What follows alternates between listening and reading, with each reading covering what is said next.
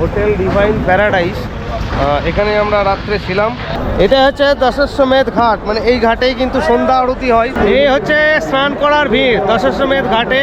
তো এইভাবে কিন্তু আমরা এখানে বারাণসীর যে গঙ্গার জল কিন্তু এইভাবেই আমরা নিচ্ছি। শ্মশান অলরেডি জ্বলছে চিতা, আর এই শ্মশানের আগুন কিন্তু কখনো নেভে না। বারাণসীতে এসে এখানে রাবড়ি বা রাবড়ি লাস্সি খাবো না সেটা তো হয় না, এটা কিন্তু এখানকার স্পেশাল একটা ডিশ। কি অবস্থা!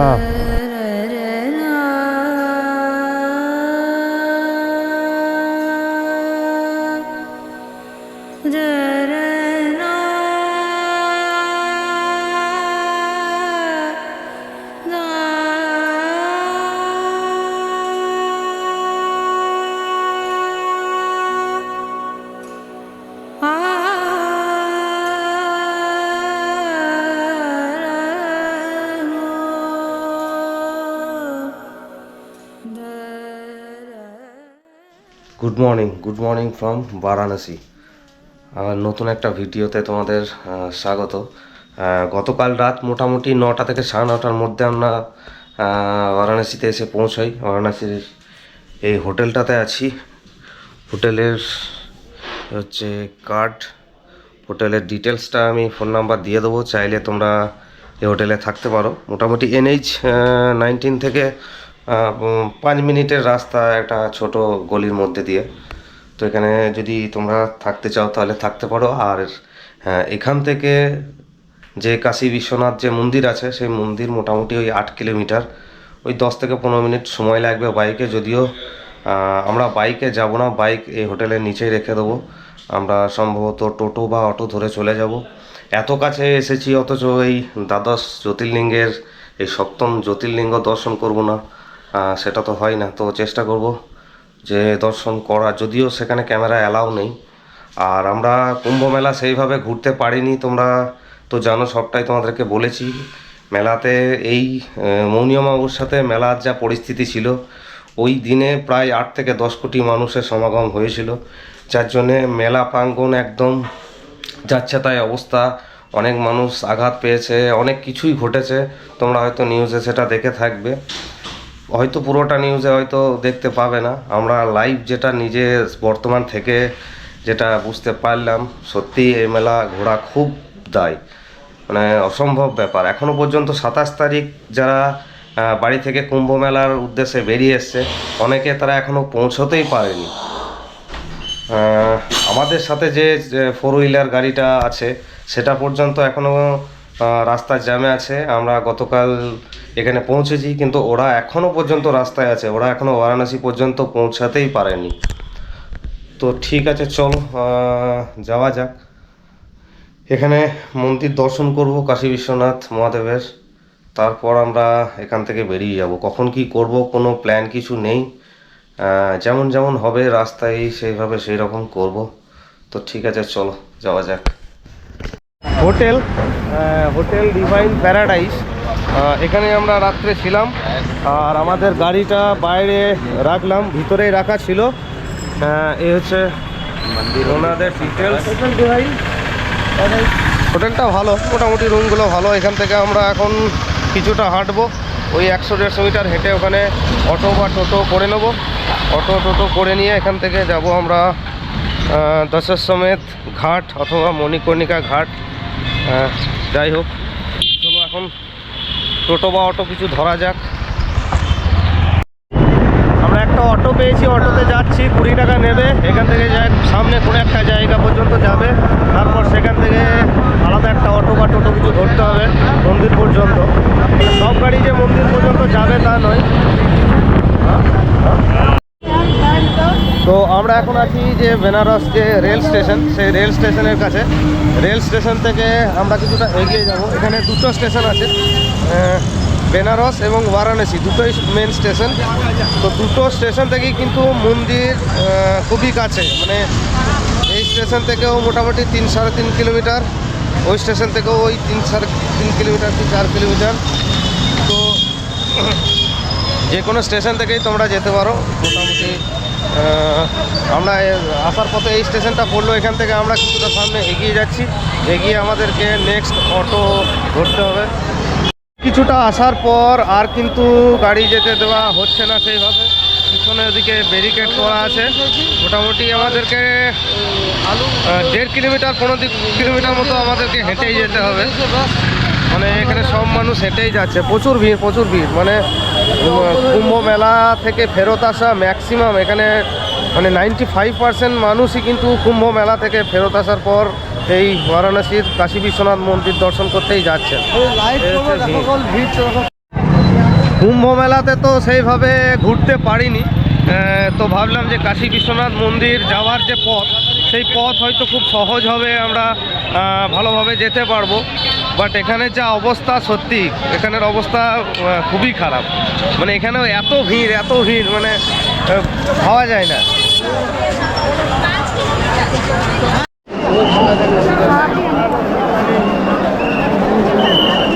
এখানে যে নন্দীর যে উপরে যে স্ট্যাচুটা করা আছে, এখান থেকে কিন্তু এই দিক দিয়ে যাওয়া যায়, কিন্তু এই দিক দিয়ে এখন সম্পূর্ণ জায়গাটা কিন্তু ব্লক করে দেওয়া হয়েছে, যেতে দেওয়া হচ্ছে না। জানি না আমরা কোন দিকে যাব।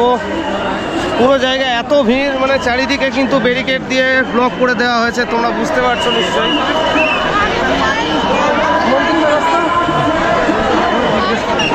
রাস্তা থেকে আমরা একটা গলির মধ্যে ঢুকেছি, মানে এখানকার পুলিশ প্রশাসন যেদিক দিয়ে সাধারণ মানুষকে নিয়ে যেতে চাইছে, এখন সবাইকে সেদিক দিয়ে যেতে হচ্ছে। মানে পুরো সমস্ত রাস্তায় এত পরিমাণে জ্যাম, মানে দেখাই তোমাকে।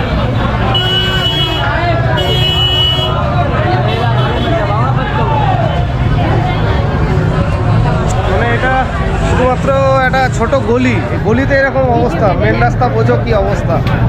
মানে সব জায়গায় অলি গলি মেন রাস্তা সব জায়গাতে জ্যাম, আর চারিদিকে ব্যারিকেড করে এইভাবেই নিয়ে যাওয়া হচ্ছে। ওরা যেদিকে চাইছে সেই দিকেই আমাদেরকে বাধ্য যেতে। আমরা দেখা যাক যেতে যেতে কখন এখন পৌঁছায় গঙ্গার ঘাটে। উঁচু উঁচু বিল্ডিংয়ের মধ্যে দিয়ে গলি দিয়ে যাচ্ছি, কঠিন অবস্থা হয়।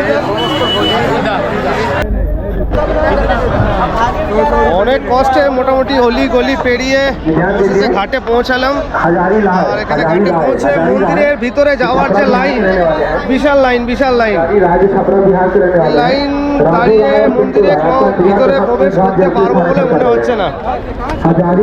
চলো দেখা যাক সামনের ঘাটটা দেখি আমরা।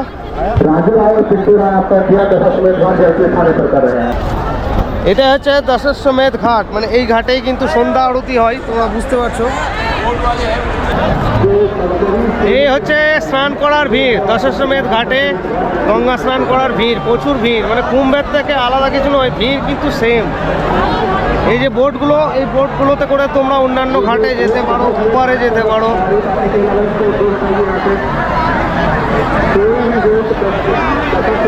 ওখানে দেখছি বেশ কিছু লাক্সারি বোটও আছে, তোমরা মানে বসে ভালোভাবে যেতে পারো।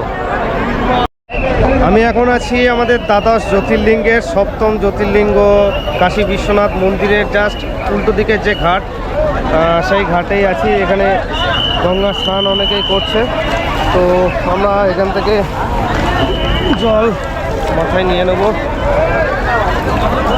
তো মন্দিরে প্রবেশ করার মতো অবস্থা আমাদের নেই, তার কারণ মন্দিরের যা লাইন, এখানে প্রবেশ করতে গেলে মানে বিকেল হয়ে যাবে, সন্ধ্যা হয়ে যাবে। তো যাই হোক, এখান থেকেই প্রভুকে স্মরণ করব। আর ওই ঘাটের ওই সাইডটাতে পুরো ব্লক, মানে ওইদিকে যেতেই দিচ্ছে না। এটা দ্বাদশ জ্যোতির্লিঙ্গের সাথে সাথে এটা কিন্তু একটা শক্তিপীঠ। মানে এই বারাণসীতে কিন্তু মাতা সতীর ডান কানের কুণ্ডল পড়েছিল, তাই এটা কিন্তু একটা সতীপীঠ। এখানে মা বিশালাক্ষী দেবী মন্দির আছে, ওটা কিন্তু সতীপীঠ মন্দির। মানে একসাথে সতীপীঠ প্লাস দ্বাদশ জ্যোতির্লিঙ্গের একটা জ্যোতির্লিঙ্গ, 7ম জ্যোতির্লিঙ্গ। মানে আমাদের দেওঘরে যেমন বৈদ্যনাথ যে ধাম, সে বৈদ্যনাথ ধাম যেমন সতীপীঠ, তার সাথে জ্যোতির্লিঙ্গ, এটাও কিন্তু তাই। বারাণসীর মানে আমাদের ভারতবর্ষের অন্যতম একটা ঐতিহাসিক একটা খুব পুরনো একটা জায়গা এই বারাণসী। এটা কিন্তু মন্দির নগরী, তার সাথে ঘাট নগরী, তার সাথে দ্বাদশ জ্যোতির্লিঙ্গের একটা জায়গা, তার সাথে সতীপীঠ, সব মিলিয়ে মানে জায়গাটা কিন্তু মানুষের কাছে খুব বড় একটা পবিত্র জায়গা। আমরা ঘাটের দিকে আস্তে আস্তে এগিয়ে এলাম, লম্বা লাইন লেগে আছে। মণিকর্ণিকা ঘাটে যাওয়ার লাইন।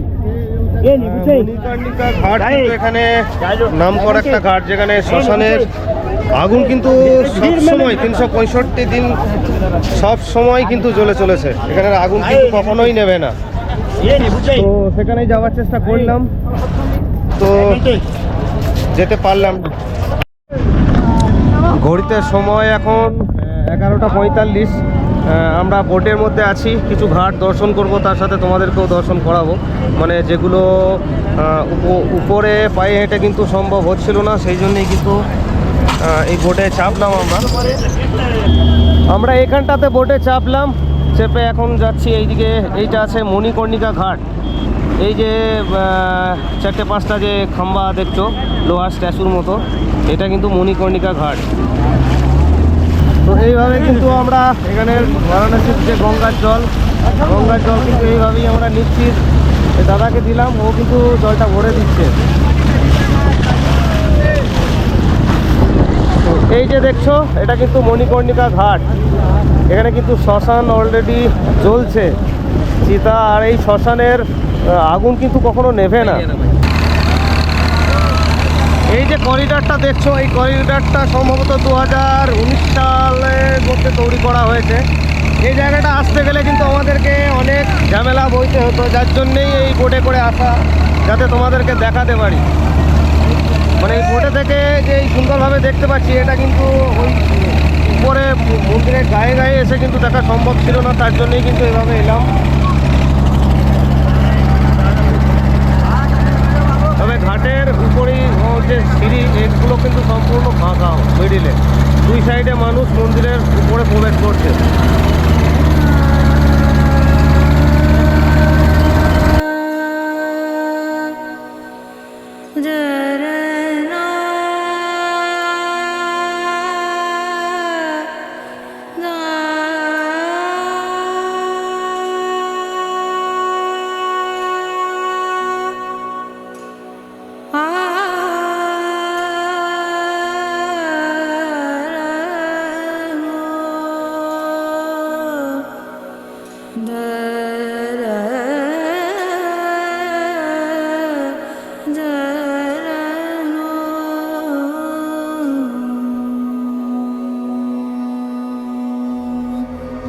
दर्शन देहो शंकर महादेव, दर्शन देहो शंकर महादेव, दर्शन देहो शंकर महादेव, दर्शन देहो शंकर महादेव।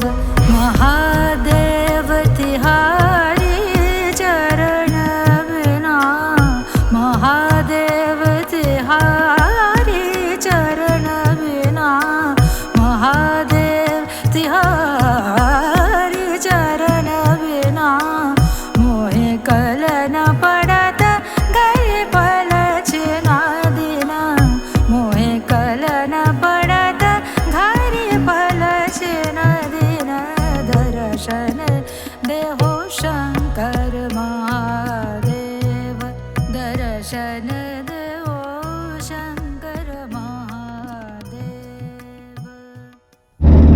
এই যে জলটা, গঙ্গার জলটা কিন্তু ওই মণিকর্ণিকা ঘাটের ওখানেই কিন্তু ভরা হয়েছে, একদম টাটকা, এখান থেকেই ভরা হয়েছে।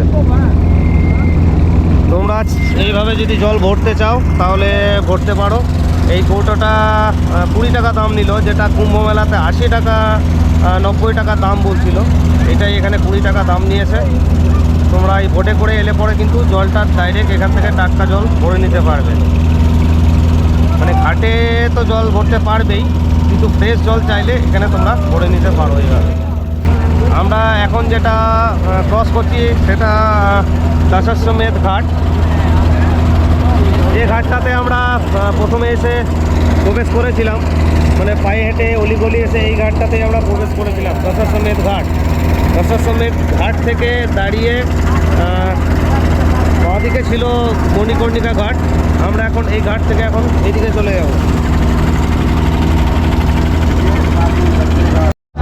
মানে এই জলের মধ্যে কিছু তোমরা সাইবেরিয়ান পাখি দেখতে পাচ্ছ, যেগুলো দেখতে পাবে তোমরা এলে। এগুলো কিন্তু এখানটাতেই এখন এই সিজনটাতে এই মরশুমে এখানেই থাকে। তারপর ওরা একটু গরম পড়লে তারপর আবার ফিরে যায়।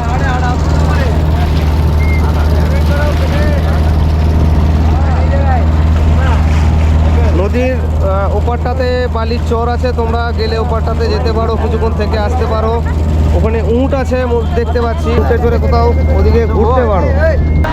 এই যেটা দেখছো এটা হচ্ছে 80 ঘাট, মোটামুটি এইটাই শেষ ঘাট। এখানে কিন্তু সন্ধ্যা আরতি হয়। এর ঘাটের পর কিন্তু আর মানে স্নান করার যে ঘাট, যে পূর্ণ ঘাট, সেই পূর্ণ ঘাট কিন্তু আর নেই। এটাই কিন্তু শেষ ঘাট, 80 ঘাট। এই 80 ঘাটেই নেমে গেলাম। এখন এখান থেকে আমরা চলে যাব, কারণ আমরা যদি আবার ফের আগের ওই ঘাটটাতে যাই তাহলে অনেকটা সময় লেগে যাবে, কারণ আমাদের বাড়ি ফিরতে হবে। বাড়ি যদিও আজকে ফিরতে পারবো না, তবে মোটামুটি যতটা হয় বাড়ি রাস্তায় যাব। সেহেতু আমরা বোট ছেড়ে দিলাম। বোট ছেড়ে এখন 80 ঘাটের বাইরে দিয়ে বেরিয়ে যাব। এই যে জায়গাটা দেখছো তোমরা, এই জায়গাটাতে কিন্তু সন্ধ্যা আরতি হয় এখানটাতেই। সন্ধ্যাবেলায় যদি এখানে একটা দিন থাকা যায় তাহলে এই সব জায়গার যে সন্ধ্যা আরতি সেটা কিন্তু স্বচোখে উপভোগ করা যায়। এখানে কিন্তু ভালোভাবে সন্ধ্যা আরতি দেখতে পাওয়া যায়। তো আমরা যেহেতু থাকবো না, তোমরা এখানে এসে একটা দুটো দিন থেকে কিন্তু বারাণসী কিন্তু একদিনের ট্যুর নয়। বারাণসীতে একদিন দুদিন বা 3-4 দিন থেকে সমস্ত ঘাটগুলো কিন্তু তোমরা দর্শন করতে পারো। তো ঠিক আছে, চলো আমরা মোটামুটি যতটা পারলাম তোমাদেরকে বোটে থেকে মেন ঘাটগুলো দেখালাম। মেন ঘাট বলতে এখানে মণিকর্ণিকা ঘাট, দশাশ্বমেধ ঘাট আর এই 80 ঘাট, এই 3টে ঘাট তো একদম পুরো মেন ঘাট। তো এখান থেকে এখন আমরা বাইরে এক্সিট করব।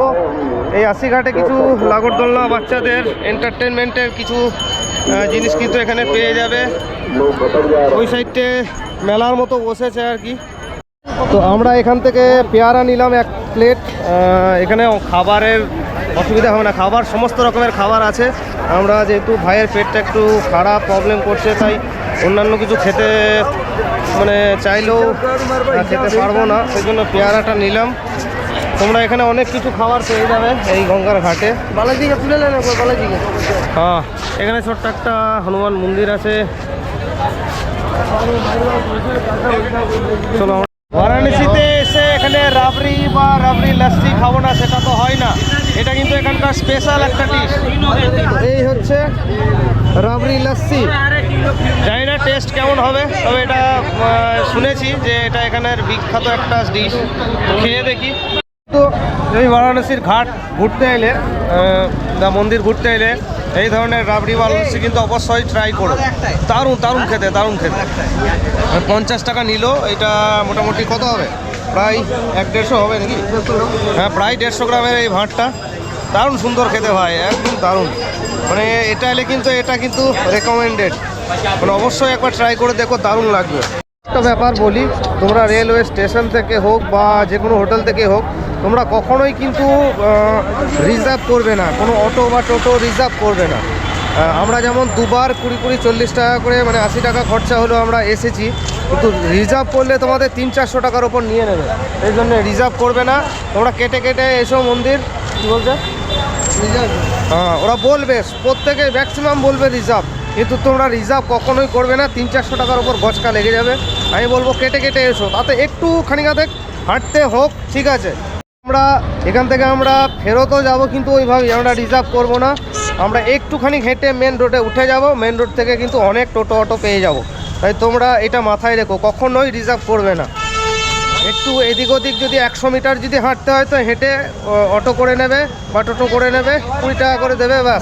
রেলওয়ে স্টেশন আমরা টোটো পেয়ে গেছি, টোটোতে করে আমরা হোটেলে যাচ্ছি। তো তোমরা যদি আমাদের মতো করে এইভাবে কুম্ভ থেকে ফেরত আসার পর একদিন বলবো না, মানে আমরা কয়েক ঘন্টার জন্য, মানে একবেলা, সকাল থেকে এখন ঘড়িতে সময় 1টা, মানে একবেলার জন্যে আমাদের মতো যদি এই কিছু গঙ্গার যে পূর্ণ যে ঘাট, সেই ঘাট দর্শন করতে পারো তোমরা নৌকো বিহার করে, বা আমাদের মতো এইভাবে বোটে চেপে একবেলাতে যতটুকু হয় মোটামুটি একটু ঘুরে দেখতে পারো। তবে এই সিজনটাতে এখন মন্দিরে প্রচণ্ড ভিড়, তাই কাশী বিশ্বনাথের দর্শন করতে পারলাম না। বাইরে থেকেই প্রণাম করলাম, মহাদেবকে এখান থেকেই প্রণাম জানালাম। তো মোটামুটি আর কি আমাদের মতো করে যদি ঘুরতে চাও ঘুরে তোমরা দেখতে পারো।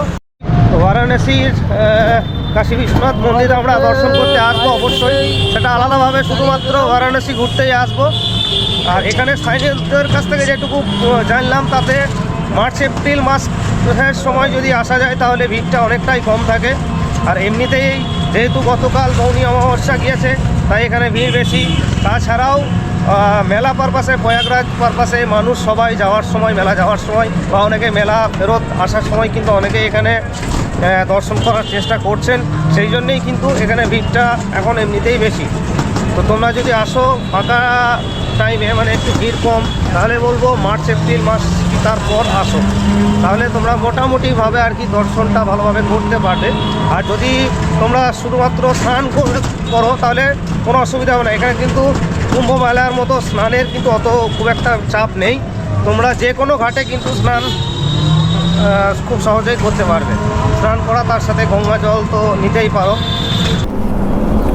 মোটামুটি বারাণসী থেকে 50 কিলোমিটার বেরিয়ে এসে আমরা এই জায়গাটায় যাই না, এই জায়গাটা কি নাম, এখানটাতে দাঁড়িয়েছিলাম। দাঁড়িয়ে মোটামুটি হালকা করে কিছু মানে ঠুসে নিলাম বলতে পারো। এখন বেরিয়ে যাচ্ছি, এখনও অনেকটা জার্নি বাকি আছে। হয়েছে, চলো, এখনও মোটামুটি 600 আপ আমাদেরকে যেতে হবে।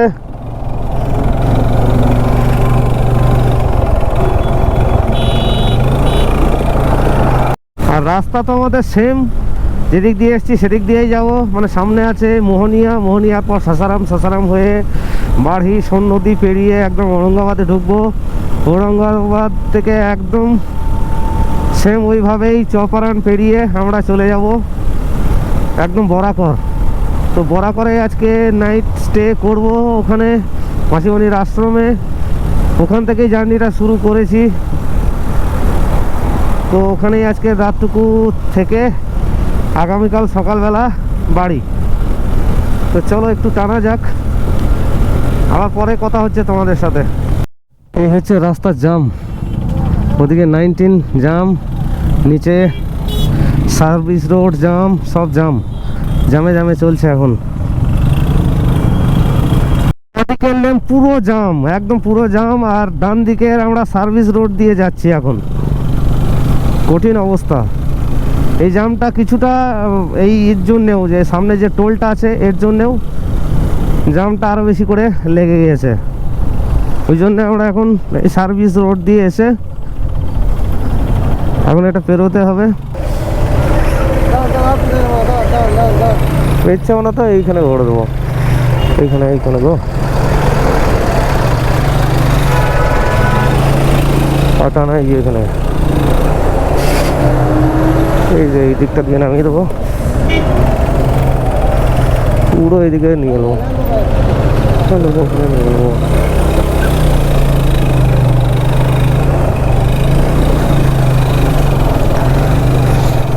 প্রয়াগরাজ দিকে যাওয়ার রাস্তা, মানে বুঝতে পারছো এই লেনটাতে কত জ্যাম। আমাদের লেনটা মোটামুটি ঠিক আছে, গাড়ি টানা যাচ্ছে, তবু মাঝে মধ্যে যে ডাইভারশনগুলো পড়ছে সেখানে কিন্তু জ্যাম প্রচণ্ড হচ্ছে। আপাতত আর কি মোটামুটিভাবে ফাঁকাই আছে, তবে এই লেনটা পুরো জ্যাম, পুরো জ্যাম।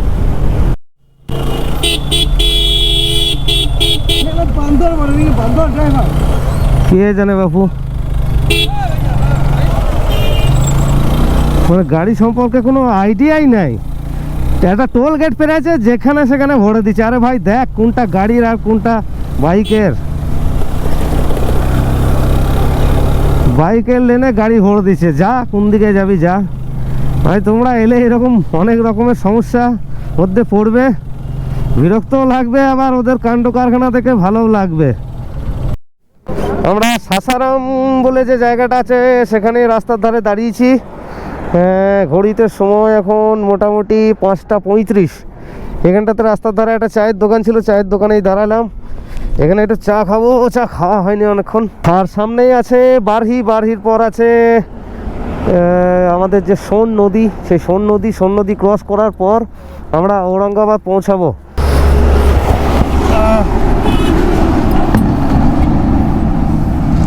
আর মোটামুটি 40 মিনিটের মধ্যে ঔরঙ্গাবাদ আমরা পৌঁছে যাব।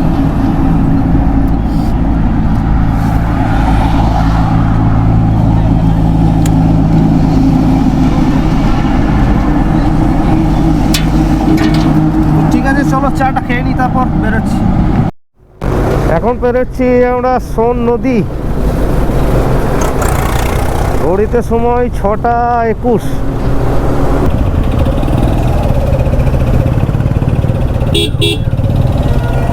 আরে মাঝে ঢুকো না ভাই, মাঝে ঢুকো না, মাঝখান থেকে আর বেরোতে পারবে না।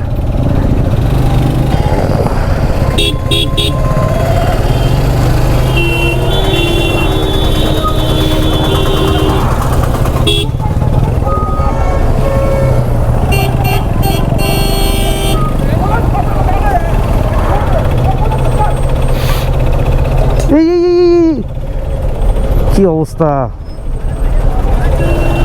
তোমরা বুঝতে পারছো কি ধরনের জ্যামের মধ্যে পড়তে হচ্ছে? মানে একটা বাইক পেরোনোর জায়গা নাই। যদিও এখানে কাটা নাই, কাটা থাকলে আমি তুলে নিতাম সাইডে।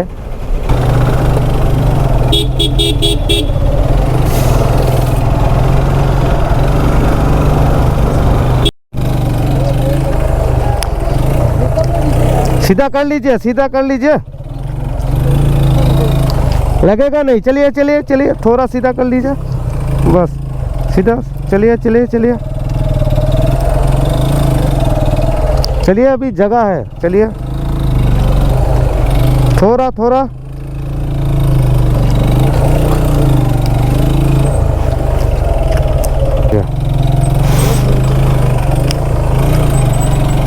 जाएगा इधर।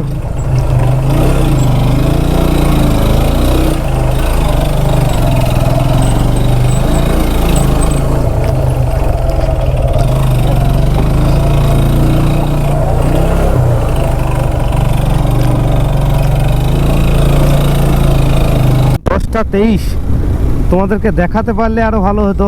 এই লেন থেকে গাড়ি তুলে পার করে এই লেনে নিয়ে এলাম। দুজনে হলো না, আর একজনকে বললাম দাদা একটু হ্যান্ডেলটা ধরে দেন জাস্ট। আমরা দুজনে তুলে একদম বাইকটাকে, এই এতটা উঁচু, প্রায় 1.5 ফুটের উপর উঁচু আছে, ওখান থেকে তুলে এপাশে এসে আবার নামালাম।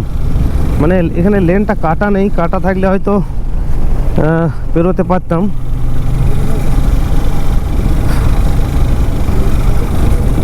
তো অনেক কষ্টে তুললাম, তা নাহলে এই জাম কত দূর যে আছে কিছুই জানি না। আর জাস্ট আমরা মানে ঝাড়খণ্ডের বর্ডারের খুব কাছেই আছি। মানে পুরো পাক্কা 10টার মধ্যে আমরা ঝাড়খণ্ড বর্ডার হয়তো ঢুকেও যেতাম। এখন 10টা 23-24 হয়ে গেল। তো যাই হোক,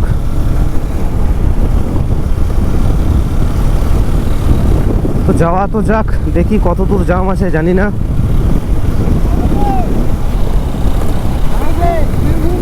বীরভূম, আচ্ছা ঠিক আছে। ও দাদারা নদিয়া থেকে, ভালো লাগে অনেকের সাথে যখন দেখা হয়।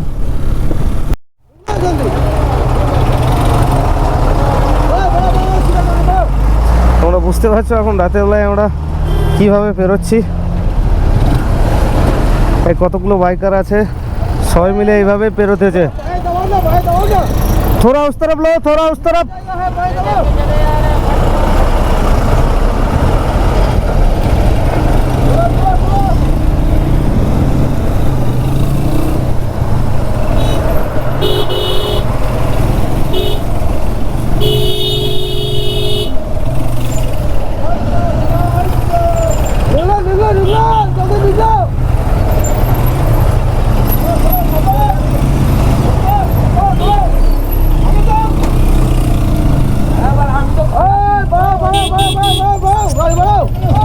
একটু সাইডে চাপো, সাইডে চাপো।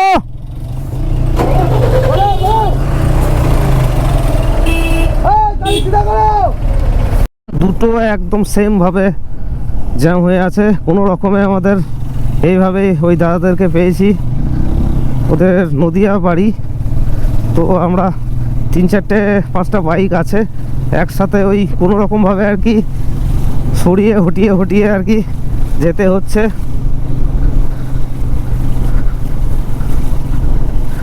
আমি চালাচ্ছিলাম, ভাইকে আবার দিলাম। মানে কি হচ্ছে, এই কাটিয়ে কুটিয়ে যেতে না পুরো হাত ব্যথা করে যায়, মানে এই ক্লাচ করে আমাদের গাড়ি আজ মাঠে ঘাটে চলছে। এই দেখো সাইডে নামিয়ে দিলাম। এইভাবেই আমাদেরকে আজ যেতে হবে।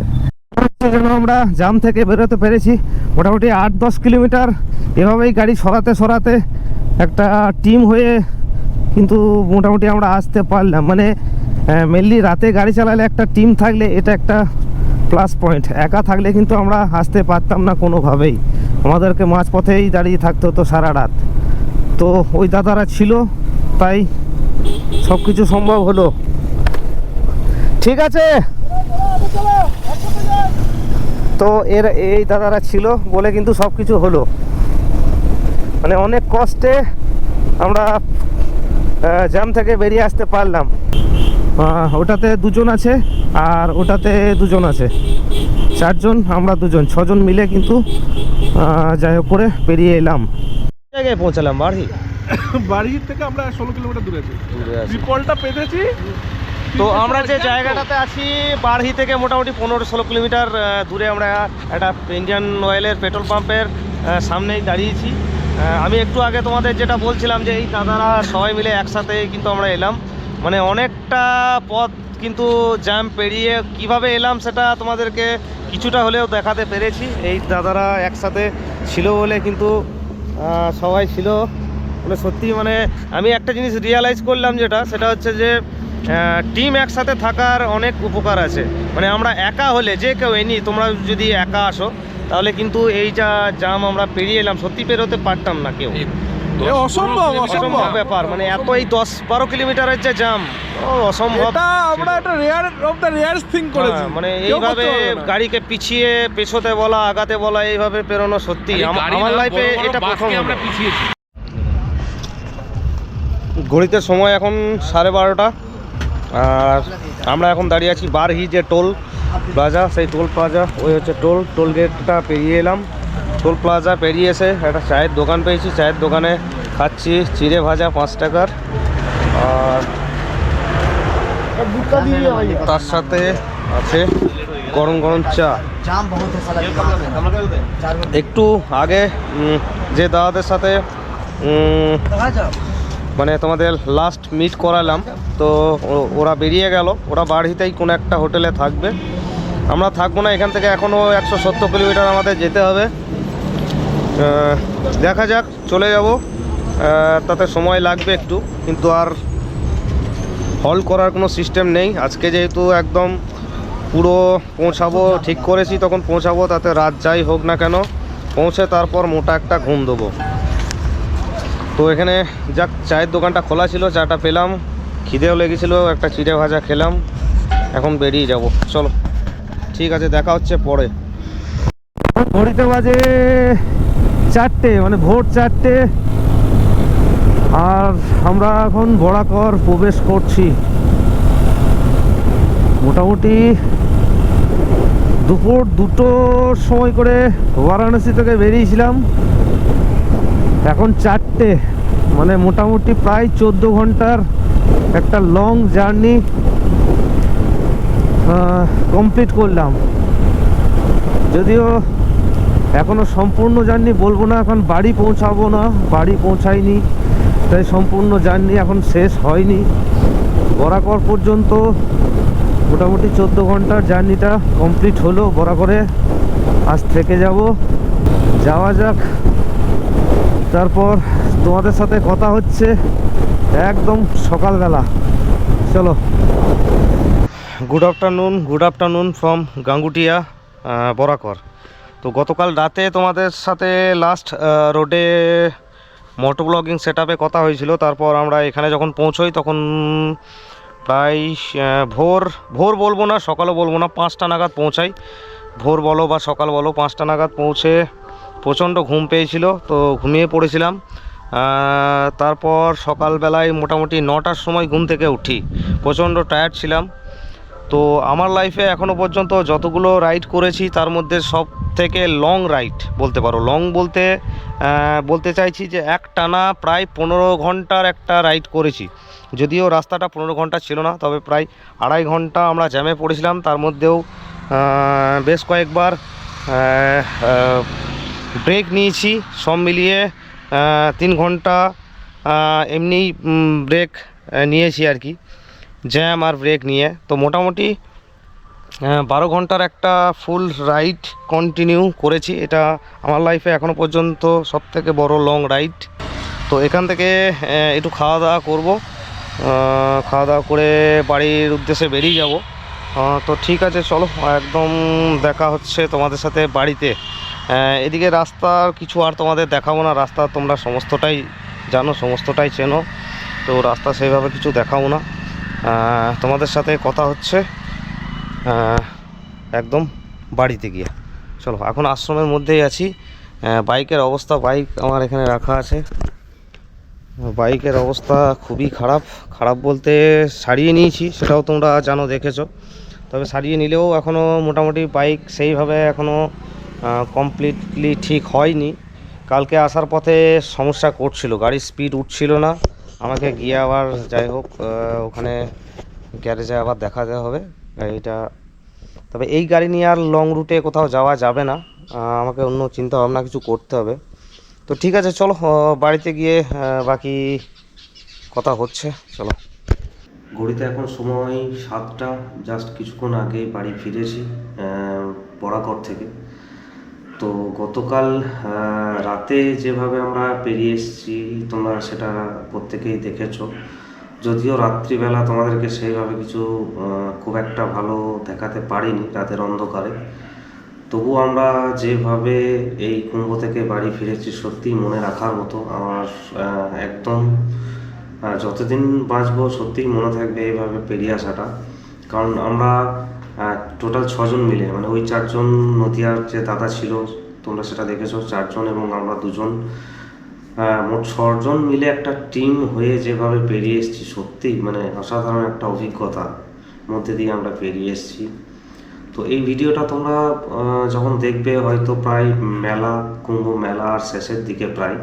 তো তোমরা যদি কুম্ভ মেলা আমাদের মতো অ্যাডভেঞ্চার করে যদি যেতে চাও বাইক নিয়ে, তোমরা অবশ্যই যেতে পারো।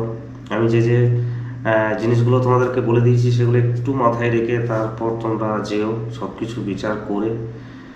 হুট করে বেরিয়ে যেও সেটা বলবো না, কারণ রাস্তায় যে ধরনের যানজটের মধ্যে আমরা ফেস করেছি, যে ধরনের জ্যাম, তাতে শেষ যে শাহী স্নান অর্থাৎ শিবরাত্রি যে স্নান, সেই স্নানে কিন্তু প্রচুর ভিড় হবে, প্রচুর মানুষ কিন্তু সেখানে যাবে। যেহেতু শেষ স্নান তারপর শিবরাত্রি, সেহেতু ভিড়টা অনেকটাই হবে। তো সেইভাবে তোমরা বিচার করে যেও। আর এই ভিডিওতে আর নতুন করে বলার কিছু নেই, এই ভিডিওটা আপাতত আজকে শেষ করছি। প্রচণ্ড টায়ার্ড আছি, বুঝতেই পারছো, এত কিলোমিটারের একটা লং জার্নি করে ফেরা। তো ঠিক আছে, চলো প্রতিবার যেমন বলি সেরকমই বলবো। ভিডিওটা যদি ভালো লেগে থাকে অবশ্যই একটা লাইক করে দিও, আর বেশি ভালো লাগলে চেনা জানা বন্ধু বান্ধব ফ্যামিলি মেম্বার সবার সাথে শেয়ার করে দিতে পারো। আর চলো দেখা হচ্ছে নতুন কোনো ভিডিওতে, নতুন জায়গাতে। ততক্ষণে tata, take care and good night from আমার বাড়ি। চলো।